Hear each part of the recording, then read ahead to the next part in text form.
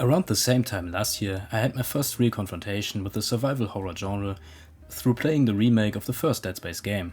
And after experiencing firsthand that horror video games are an art form capable of causing feelings of discomfort by playing with your senses, taking away your control in a way no other medium is able to, after ignoring those games for almost my entire life to this point. Yet, I must admit that it took me until a few weeks ago to finally be in the right mood again, when I got reminded of a game that I wanted to try way before I came around trying the Dead Space remake. And that is Signalis. Signalis is a 2.5D survival horror game inspired by horror classics from the PS1 era like Silent Hill and Resident Evil.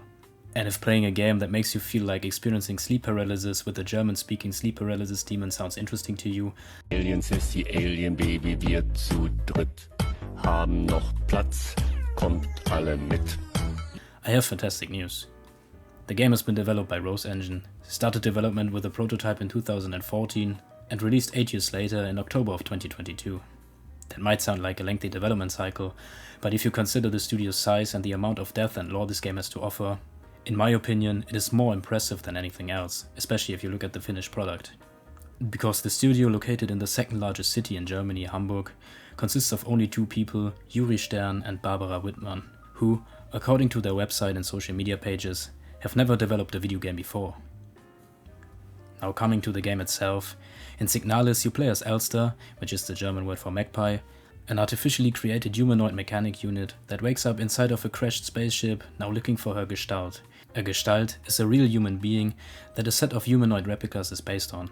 And once again it is German, but this time the translation is not that simple, because Gestalt can mean multiple things, like form and shape. You can even use it as an insult for a weird looking person, for example. But in this case, the most fitting interpretation would be something like template.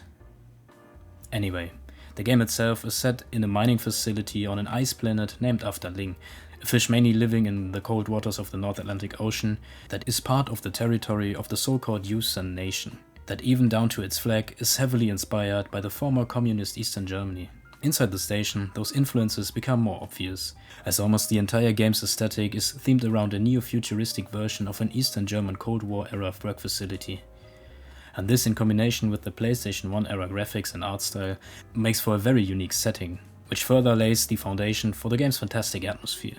And there's really something about the dirtiness and roughness that is impossible to recreate with more modern looking graphics, which in Signalis gets much quote-unquote better through the sound design and soundtrack, composed by the external artists 100 Eyes and Cicada Sirens, that ranges from static rushing and humming noises while walking down hallways, to that screeching sound when an enemy notices you, or that thumping when you get hit, in combination with your flickering screen, can cause some really hectic or stressful situations, despite the general slower pace of the gameplay. Speaking of the gameplay, in Signalis, that is divided into 2 parts, the exploration and riddle solving, and the combat. In the exploration sections, you are pretty much just looking for items that will help you along your journey through the mining facility, like repair kits for Elster, ammunition and weapons to defend yourself, and all sorts of things you need to solve puzzles. Those items themselves can be permanent, like a flashlight, or a radio module that can be used in several ways throughout the game. The flashlight to enlighten a room or open certain doors in a specific part of the game, or the radio that is used to get information through different frequencies throughout almost the entire adventure. And I have to say that those riddles are one of my highlights in the game, because instead of just having to look for a door code or pull a lever, you have such a huge variety of things and they actually make sense most of the time. Everything you solve gives you something new to make progress, which makes it feel very rewarding. In the combat section, on the other hand, when entering a room of enemies, you will have to make the decision if it is worth fighting your foes, or if you should sneak past them or just hold down the sprint button and hope for the best. In case you decide to fight, however, you will have to hold onto the aim button and have to aim around twin-stick shooter style to lock onto enemies' heads. The longer you wait before you shoot, the stronger the impact of your bullet, which is indicated by a square getting smaller on your opponent's head. To deal damage in the first place, you get a small yet versatile selection of weapons. Beginning with the melee weapons, those are actually just the disposable stun gun and the thermite flare. The disposable stun prod, as the name suggests, is a one-time use stun gun that gets consumed if used on an enemy and is the only melee weapon that actually deals damage. Because the thermite flare, can only be used to burn already defeated enemies to prevent them from coming back to life.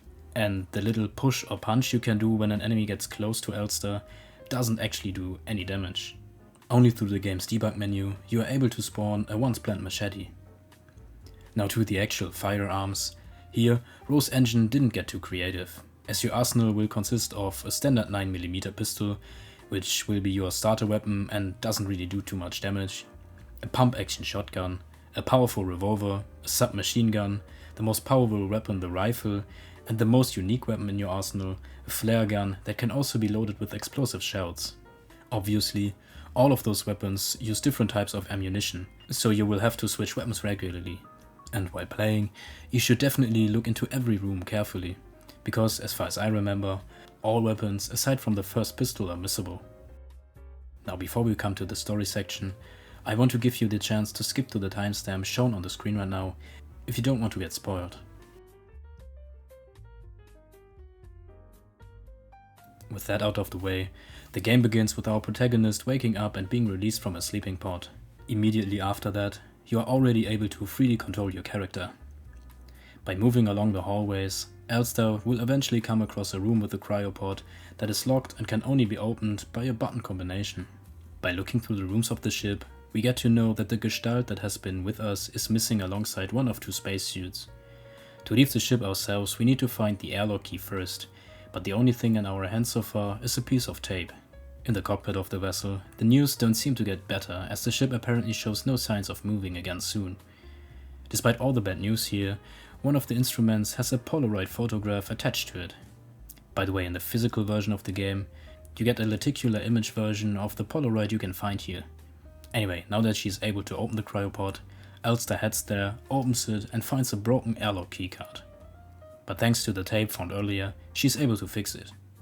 Following that, she puts on the spacesuit and heads into the snowstorm until she arrives at a hole that leads to the entrance of the mining facility. After heading down, she has to squeeze through a hole leading inside. Here the game changes into the first-person view for the first time.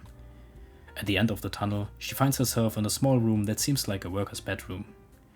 The most notable things here are a computer, a book named The King in Yellow, and a safe with multiple locks and chains around it.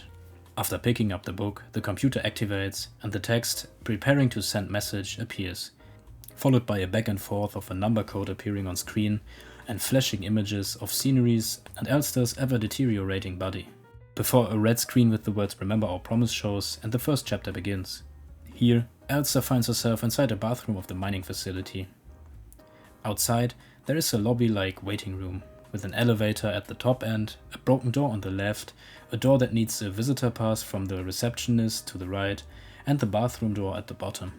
At the receptionist's desk, we find a note with a keycard attached to it explaining new arrivals shall go inside themselves. So she takes the card and moves through the right door.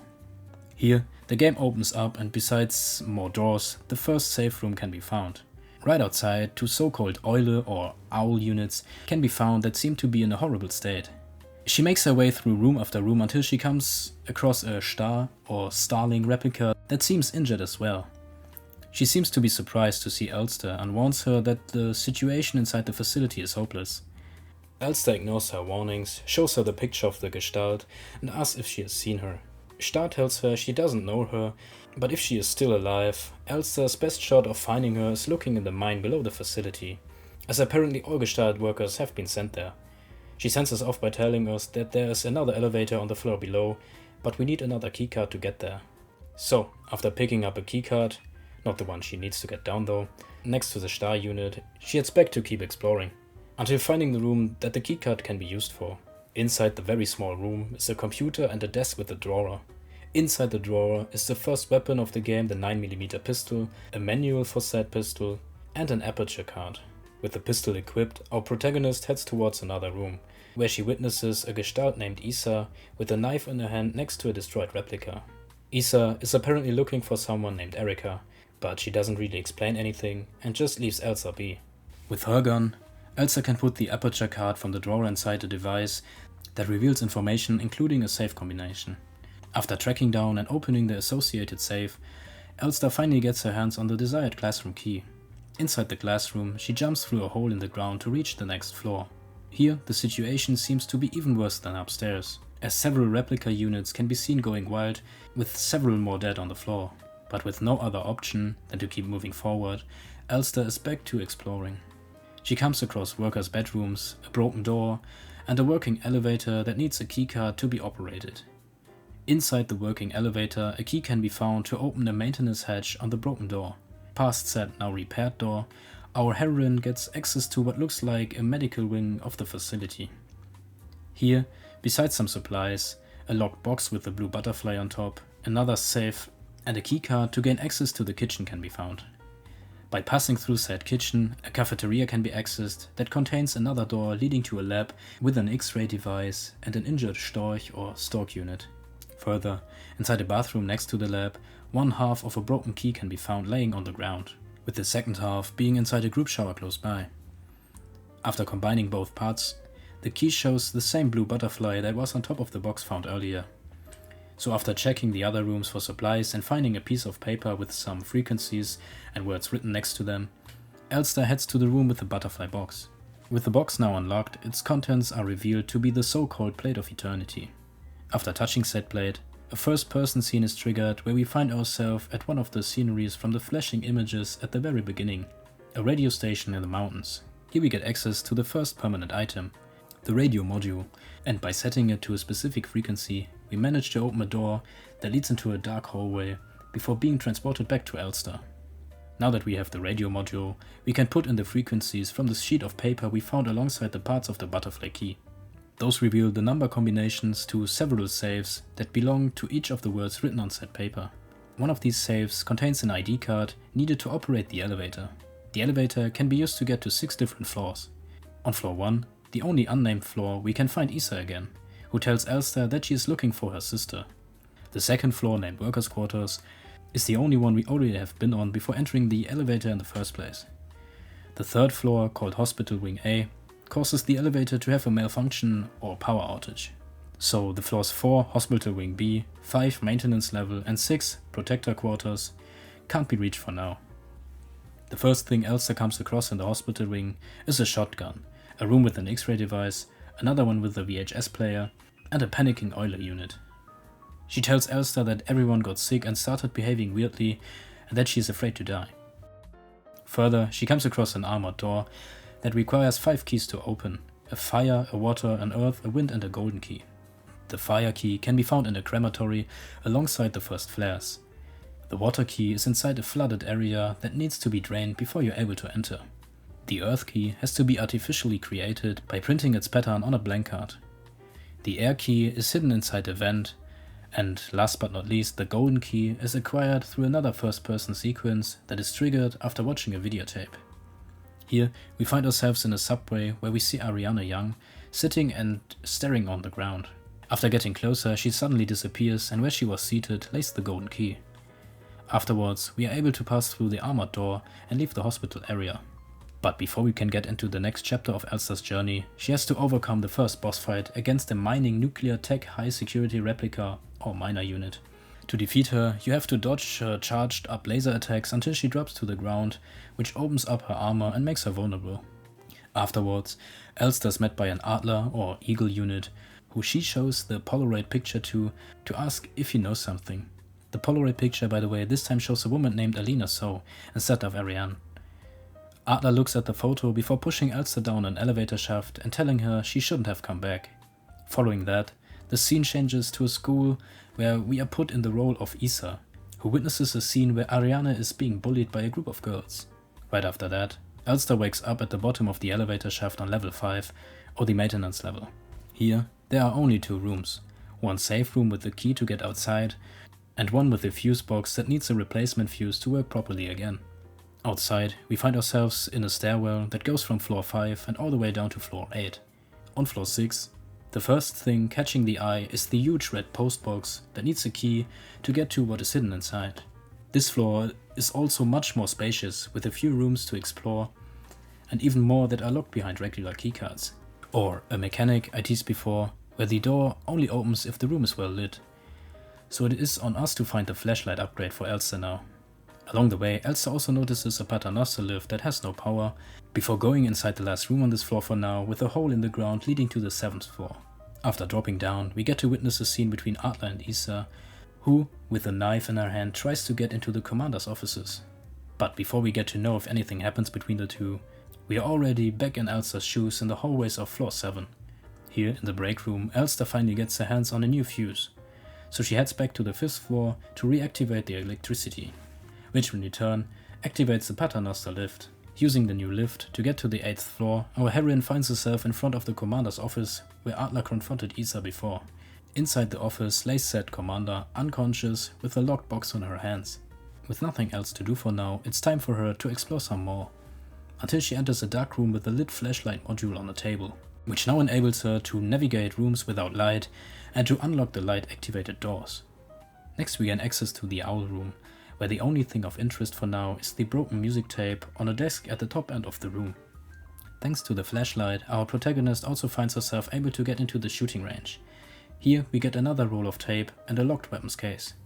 With the help of the tape, she is able to fix the broken music tape she got just now. Following that, she is now able to enter a storage room where she finds multiple keys, one being able to open the weapons case that reveals to have a revolver stored inside.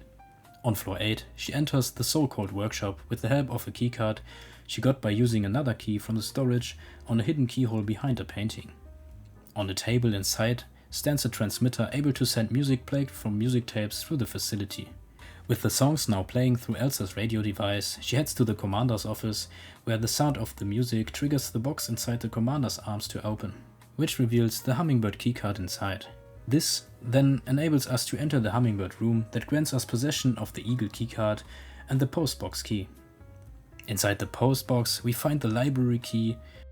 After entering the library, we find a grieving colibri or hummingbird unit sitting in the corner. On the other side of the room is a little archive device that gives us a little disk after navigating through its labyrinth-like control scheme. With said disk, we are able to put in the code to a locked grey box that only opens if we position the planets of our solar system in the right distance to one another. Through the box containing the administrator key, Elsa is finally able to leave the facility and get into the actual mining area. But before she arrives there with an elevator, we witness Isa stepping Adler, who was hunting her with a rifle from behind, and pushing him into a mineshaft. While descending deeper and deeper into the depths of the mine, Elsa passes several different types of heavily injured replica units that seem to all have lost hope in one way or another. Now, aside from the flare gun, that is pretty much it for this level of the facility, until we come across a sealed shaft leading even deeper into the mine. At the bottom is the hole Adler got stabbed at and Elsa has to jump into to progress on her mission. As soon as she makes a step forward, an image of Alina So flashes before we find ourselves in a first-person section at a beach. Here, lying in the sand are several pieces of paper containing parts of what seems like a poem. Back to Elster, she finds herself in an even more rundown place simply called Nowhere. To leave this place, she has to find 6 relics that fit inside designated places inside another heavy door. But first, Elsa has to overcome her fear and jump down a hole consisting of pulsating flesh. Inside, she has to help Isa fight the second boss of the game. To defeat it, we actually just have to distract it long enough for Isa to reload Adler's rifle. Isa then shoots the monster, but knocks herself out in the progress. Elsa brings her into the next room and makes her way back into the facility. We can get our ally back on her feet by using a bottle that contains what seems like smelling salts, I would say. Afterwards, she will tell us that we can have the rifle if we want. Anyway, back to the hunt for the relics. One of those can be obtained by switching it with a wooden doll on top of a stone plate, so a mechanism doesn't lock you inside because of the missing weight.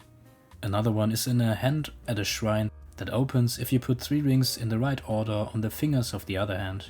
The next 2 are found in the middle of 2 different labyrinths. One is inside the offering box at a shrine, and the last one was already in our possession from very early on in the game.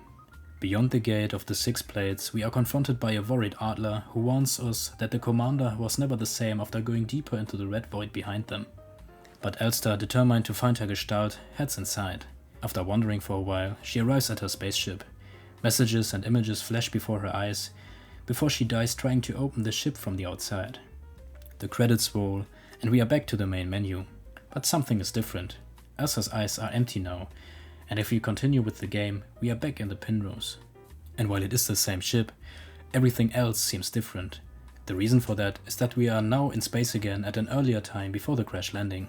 After finding some of Ariana's notes where she describes how she started to enjoy Elsa's company more and more as the days went on, and finishing our daily patrol, we get to enter Ariana's room. Upon entering, the happy Ariana hugs and kisses Elster, and the two begin to spend a romantic evening together, as it is apparently their 3000 cycle anniversary. Afterwards, more flashing images appear, and we are transported back to Elster laying on the ground. We see what appears to be Ariana standing over her body for a short time, before Elster reawakens. The still heavily injured replica drags herself inside only to find the body of another replica unit that is seemingly deceased. Elster begins to dismantle the other unit and attach their parts to her own body. She then makes her way to the other side of the ship, where she stands before another meat pit. She takes a moment before saying she couldn't stop now and jumps down again. We now find ourselves at the beach once more, but this time, in contrast to everything else, the scenery seems less distorted, and even the parts of the poems are clearly readable now. We continue walking for a while until we come across a wooden boat.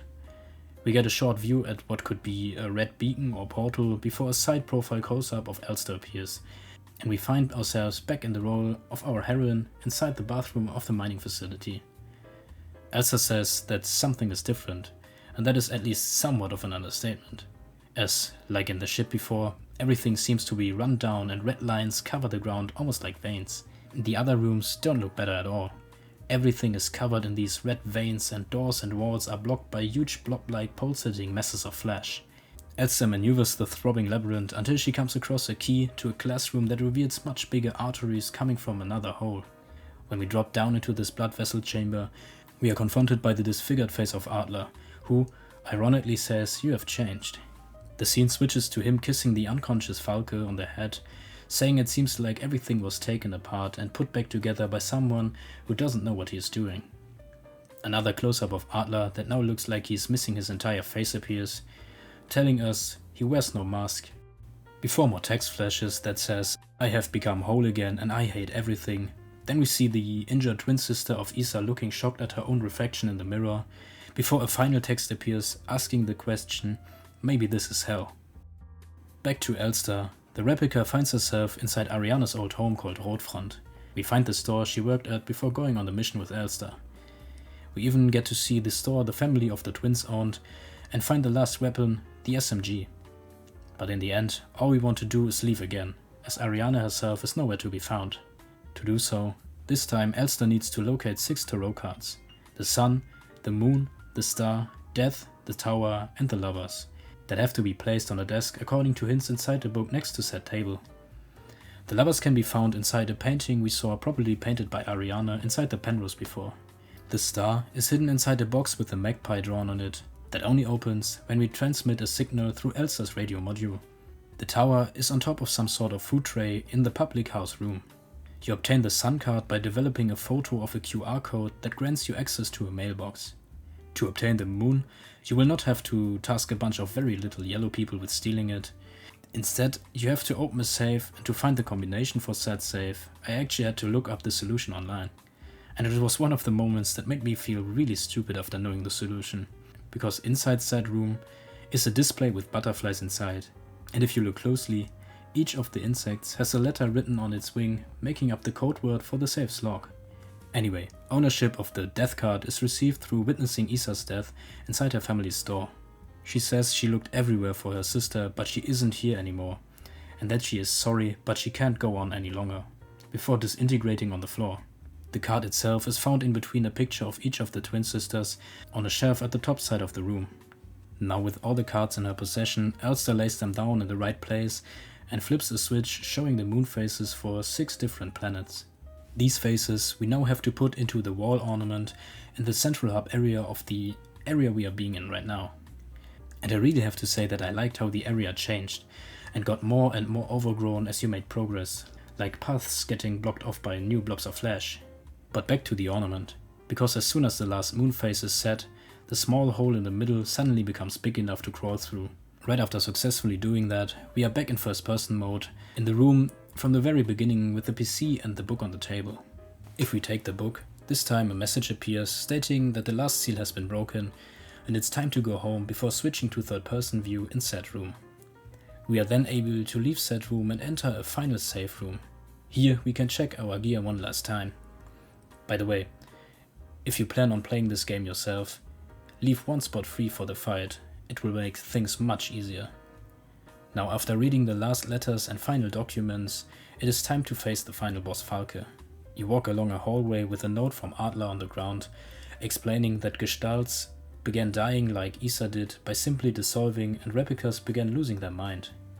But he believes it not to be through a disease, but through corruption of reality itself. Following that, we stand before the bed in Falke's room. She asks Elster why she would return, as there is nothing left here for her. Right before rising from her laying position and transforming into her boss form surrounded by spears and with a halo above her head. And unlike anything else you faced in Signalis to this point, Falke does have 6 phases where she will always change sceneries, attack pattern and the damage she deals. To take her down, you should wait for her to throw her spear so you can pick one up for yourself. Then you should shoot her. I found the rifle or the flare with grenades to be the most effective. When she gets down, walk up to her and use the spear. Repeat this 6 times to win the fight. And this sounds easier than it is, as the phases get progressively more difficult. In phase 1, she will only warp around and throw spears at Elster. In phase 2, the area will change to some sort of medical facility. She will summon 2 opponents and her spears will explode. Next, the scene will change to an office and Falke will begin to fire waves that seem to distort the space around them. After this, Falke will receive 3 rotating pillars shielding her. She will also fire orb-like projectiles. In phase 5, the surroundings transform into a prison setting. Falke spawns 4 enemies at once, but will not change her attack pattern. And finally, Falke will receive 6 shields and use everything in her arsenal to damage Elster. But after this, the former commander is defeated. And while on paper this fight doesn't seem too difficult if you come prepared, the constant flashing and distorted pictures and the distracting sound effects do not help keeping the situation under control. And again, I really like this aspect of playing with the player's senses that horror games do, which was one of my favorite parts of Dead Space as well. Anyway, upon defeating her, we get a close-up shot of Elster with blood on her face before the scene switches to an image where she hugs Ariane. The scene fades and we see Falke touching Elster's chest saying, "Now we are one," before dropping to the ground. Now back in the Red Void, the Adler with the missing face confronts our heroine, stating she has returned. He asks her if she really wants to go through with this again, despite knowing what happens. He explains that the world could not take much more, that everything will fall apart if she goes back. After saying he can't let that happen, Adler stabs Elster in the eye, which she counters by shooting him. The injured Elster makes her way past the crawling Adler into the void, heading for the Penrose. She heads inside, where notes can be found explaining how the 2 women ended up on the ship in the first place. Apparently, they were sent on a mission to find a new habitable planet for their people. For that, they had apparently 3,000 cycles until their resources would come to an end and the radiation from the ship's devices will begin to spread. Further, we come across a message from the government suggesting the Gestalt to either ask the replica to end her life or to sleep forever in the cryopod on board. Additional notes reveal that Ariane suffered from radiation for thousands of cycles anyway, with the note being written after over 5,000 cycles. And it gets way more depressing with diary entries of Ariane talking about her being bullied in school we witnessed before, and that she never felt like she belonged anywhere. The hopelessness, in combination with things like her writing about not wanting to die but not wanting to live, gave this game another layer I did not expect after witnessing their 3000 cycle anniversary. In another room we find the body of the original Elster, as it seems. As the Elster we are controlling right now comments our find with, "I couldn't keep my promise." With the game's final moments impossible to avoid, Elster enters Ariane's room, where she lies down sick looking in her cryopod.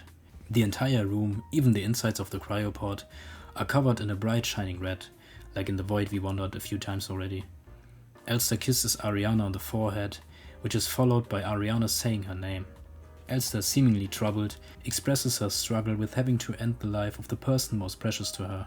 Even though she knows about the burden she's putting upon the only one that made the suffering woman feel unconditionally loved in her way too short life, Ariane begs Elster to do it.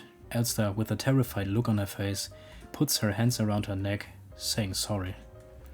When the shared moment of torture and relief is over, a clearly broken being is left behind, kissing what used to be her reason to keep going on the forehead one last time before ceasing to exist herself. And this concludes the so-called promise ending of Signalis, which is also the one I got. The ending you get is determined by the things you do during your playthrough, like how often you die, how many enemies you defeat, or how often you talk to NPCs. The other endings you can get are called the leaf ending, the memory ending, and the secret artifact ending. In the memory ending, Ariana's room and cryopod are in their usual color, and instead of asking Elster to end her life, Ariana doesn't remember her. With this depressing realization, Elster lays next to her just asking to be allowed to stay to her side for a while. A German text flashes saying, "I am me again, but you are no longer you," before another text saying, "Perhaps this is hell." The scene then switches to Ariana petting the exhausted Elster's head. In the leaf ending, Elster is overwhelmed by her burden to end Ariana's life and leaves instead of entering the ship. She eventually lays down and ceases to exist. And last but not least, for the artifact ending, you will need to find 3 keys during your playthrough. They need to be in Elster's inventory when moving through the tunnel at the end of the Moonface riddle. This will allow you to open the locks on the safe in the small bedroom with the book on the table. For the safe itself, you need a code that is transmitted in German at several points in the game, like the magpie signal in Rotfront. Inside the safe, there are a bunch of white lilies in a pot. Another German text appears saying, "In those days the humans will search for death, but they won't find it," maybe referencing what happens to Ariana in the other endings. We then see Elster in a room with 6 pillars, putting the plant on top of one of said pillars before collapsing. The camera zooms out and switches to a top-down angle. Here, we can see the pillars are surrounding what looks like a cryopod overgrown with pulsating flesh, with a replica unit lying at each of the pillars. In the center of the pod lays a shiny square-shaped object with rounded corners and an octagonal hole in the middle. We get more German text saying, "It is fulfilled, the secret of this god, how she preached it to her servants, her prophets." The scene switches to the Penrose hovering in the red void with a huge dark eye watching from above. Next, the insides of the ship are shown, where Elster and Ariana can be seen dancing in the messy room. And for the final scene, we are back in first-person view on the beach. Here, we can find a few more cryptic notes, and in a cave lays the arm of a replica unit next to 5 skulls. The game fades to red and then to black, which marks the final moments of the last ending. Now, with all that information, even though I know the game is confusing on purpose, if you have the time, feel free to share what you believe is going on in Signalis and your favorite part of the game. For the story part, my opinion after playing, rewatching and researching the game for a while is that we have the promise between Elster and Ariana that Elster will end her life if the suffering becomes unbearable for her. We also have the concept of bioresonance, that is described like the ability to manipulate individuals and even reality itself by sheer willpower. The ability is also used in the creation of replicas, and Ariana is able to use bioresonance. So what I believe is that Elster failed her mission several times, and Ariana, determined to end her suffering, restarted the entire timeline, which destabilized the entire world or universe. Some individuals like Adler and Falke are immune to the bioresonance and the resets, which is why the two try to stop Elster. And because Ariana loses control about reality, the world and people that live inside and are not resistant become distorted themselves. Which would explain why everyone went berserk. Further, the Elster unit we are playing could actually be Alina Soos, another Gestalt unit's Elster. As for a huge part of the game, the image carried by Elster showing the person she is looking for actually shows her instead of Ariana. Yeah, but those are just my thoughts and what I could put together. And if you have your own theories or are deeper into the lore, feel free to share those in the comments. So first of all, welcome back to everyone skipping the story section. While Signalis does not have the most groundbreaking gameplay, the game exceeds with its timeless art style, sound design, world building and atmosphere. By playing with the player's senses through sound effects or by distorting the world around you, and with a story that consists of contrasts between love, desire and unbearable suffering, Rose Engine managed to create an experience that is not only one of my favorites now, it is also one of the best examples for why video games are such an important form of art. So I highly recommend you try it out for yourself, and I promise you, if you go in with the right mindset, it will definitely be worth every second you spend playing. And if you watched until now, thank you for that. I know this video is probably going to be my longest so far, and I must admit that I never imagined that an indie game like Signalis would keep me occupied this much, especially if you consider the 10 to 12 hour playtime. But I really enjoyed reading through theories, lore, and I found even the Reddit community, aside from tons of fury, to be quite wholesome. Anyway, if you liked what you saw, maybe consider leaving a like or a follow, and I hope to see you next time.